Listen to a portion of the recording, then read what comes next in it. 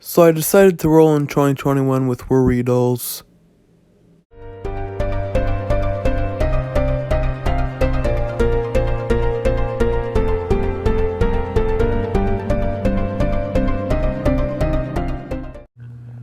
Our tale of suspense opens on two kids named Max and Joe, who are preparing a welcome home party for their workaholic parents.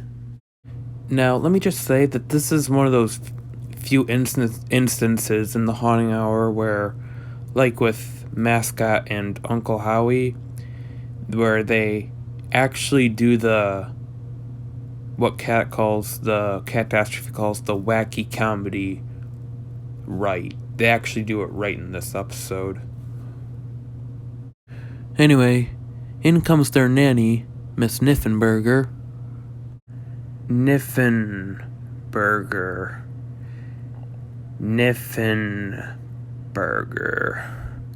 Yeah, don't think I'm not gonna do something with that. Anyway, she's pissed because the kids are still up and she can't watch the adult channel if they're still up. But after some minor bickering, Mr. and Mrs. Claus come in harboring gifts. Except one of those gifts isn't time home. Yeah, spoiler alert. You're leaving again? But you just got back. Well, shit. That was fast. I know it'll cheer you two up. Souvenirs. Oh, right. Max, how about some lizard jerky? You know, I'm not sure if this scene went well with vegans. Or this guy. Meanwhile, Joe gets some new dolls, which definitely will not serve as plot devices, so please do not pay attention to the title of the episode. The legend says that you tell the dolls all you're worried about, and then you put them under your pillow, and they solve all your problems while you sleep. I want more subs. Anyway, Joe decides to continue her moping in the privacy of her own bedroom. You want to know what I'm worried about? The fact that my parents think dolls are going to change anything. I mean, they can. Don't you watch this show? Don't you do your research? They can literally churn into you, and then you turn into the doll. See the first episode to see what I'm talking about. Anyway, after moping around, Miss Niffenbitch teleports. No, literally, see that? She teleported into the room. Anyway, Miss Niffenbitch comes in to lecture Joe on not appreciating what the effort that her parents went through to get the dolls. Which I guess ties into the message of the episode, but at the same time, this girl literally prepared a welcome home party for these people, and you literally weren't gonna let her do it when it wasn't even a school night because it was time for bed. Like, so who are you to tell them that they do not appreciate what their parents get for them? Anyway, Joe wakes up the next morning only to find that the plot devices have been watching her sleep. Did you put these under my pillow? Well, good morning to you too. I'm not kidding, did you? Certainly not. And keep your voice down, young lady. Your parents are still sleeping. You're lying. You just brought them coffee. They want some time alone. Time alone? Interesting. And given your attitude, I can certainly see why. Now, you march that bottom into the music room. It's past time for your violin practice. You are not my mother. For which I am profoundly grateful. You're not my mother. You're not my mother. How many times are we going to hear that room reference in this series? Does R.L. Stine even know that's a room reference? Wonder if he does. This scene is also further proof that Miss Niffenberger just are we supposed to like her? What's with the AM drama? I'm sick of Ms. Niffenberger running our lives. Well, you better suck it up, Joe, because I think we're going to be stuck with her until we're legal. I don't hear any practice That's what I'm worried about. I wish she'd just leave us alone.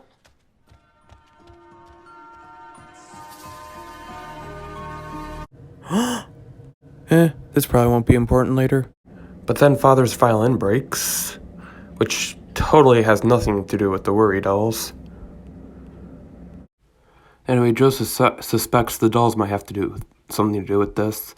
Anyway, that night, Joe's mom explains basically the message of the episode, how just because a parent is away a lot doesn't mean that they don't actually love you. They actually do love you because they're actually trying to do everything they can to provide for you and just keep you happy. Anyway, the next day the parents decide fuck financial security. We need to stay home with our kids. No need to fly when you quit your job. Wait, for real? Your father and I talked it over, and we think we need to be home for you kids. Spend some time together for a change. Just the four of us. Seriously? Dad, that's awesome. See, Jordana, I told you there's nothing. Little do they know, however, a familiar face watches from afar.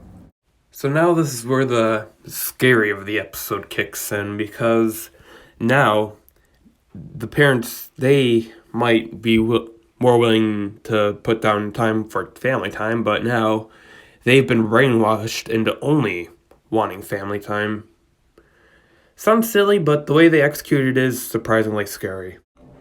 Now, so far, some of the worry dolls' crimes and magic could be explained away by other stuff. Maybe Joanne put the violin too close to the edge, and maybe Miss Niffenberger quit because, Joe and her just did fight the night before. However, nothing could absolutely could explain this. Did you worry about your room? Alright, this scene. This scene right here is the big yellow gas chamber scene of season 3, because holy shit is unexpected as hell. Like, I was expecting them to either take everything out of her room, but literally put a whole entire brick wall over it without anyone hearing it and that fast. Holy shit. Anyway, so basically, anything that Joe worries about is cured by the dolls. Only problem, there's usually a little price to pay. She wanted family time, so she's gonna get family time. She didn't want to worry about recital, so they gave her a reason not worry about recital. You get the idea. Anyway, they go to Max's room to try to find out how exactly to stop themselves from the dolls, and I do have to point out this is the creepiest scene in the episode, since, well, so much goes on. They hack the computer, the parents start going nuts, Max loses his ability to speak. Just so much happens in one scene that it almost becomes overwhelming to a point. And that to me is what gets scary about this episode, because things just get to be too much. I mean, look at that. He's reaching under their door. Like, this is not because they love them. It's because they have a flat-out obsession with them. Like, they do not want to be anywhere without their kids. And that is weird, yet really creepy in its own way. This show had a talent for making the most stuff that you normally wouldn't find creepy to be creepy. So the parents eventually break in, and Joe decides to distract them with a game of hide and seek, and the parents and Max go off to go do hiding stuff, I don't know. And Joe grabs the dolls and decides that the only way to get rid of them once and for all is to, well, burn them. She puts the dolls in the fireplace and goes off to search for lighter fluid. As she's searching the house, she finds that Max is a very shitty hider. And if these parents couldn't get any more hilariously creepy, they went out of their way to cut off their entire phone line. So anyway, Joe is eventually tied up and they're forced to watch the movie. Then Joe gets an idea to burn the worry dolls in the fireplace, which if only it was that easy to kill every other Honey Horror villain, but yeah, as long as everything's okay. And this fixes everything. Nanny McPhee is unharmed. The parents aren't unhealthily obsessed with their kids anymore.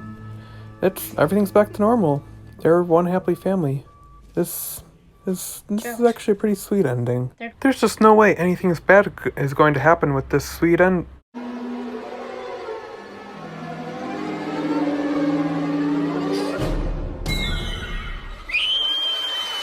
Now, this may seem like a cliche, here we go again type of ending, but at the same time, there is one very clever scene that seems to be the reason that this scene exists. Because prior to this, she's actually worrying that she didn't get them all. So, for all we know, maybe that was a leftover one that was left over, and her worrying caused its power to grow back. So yeah, it's not too cliche of an ending in my opinion. Because, usually when endings are like that, like our endings are on the show or something's like, oh, here we go again. Like, My Robot could be a very painful example because, oh, here we go again. There's, he's moving into the house. I mean, not moving into the house. I'm thinking of another show. He has the robot now. Or like I was thinking of this one, what was it called? What was that one, Goose? Don't Forget Me. That has another here we go again type of ending, but in this, it actually has a reason to be a here we go again type of ending. And yeah, that was the end of Worry Dolls, and I thought it was good. I thought it was really good. It really it had much better messages about family values than Mrs. Worthington did.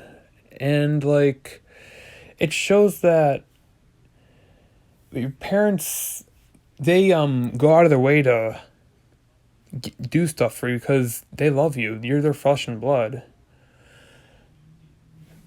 And if they're working out so hard, that's only because they're trying to give you what you give, everything that you want. Everything. Food on the table and whatnot. So don't get me wrong, neglect is bad, but like, if your parents are working a lot, it might also just be because they're trying to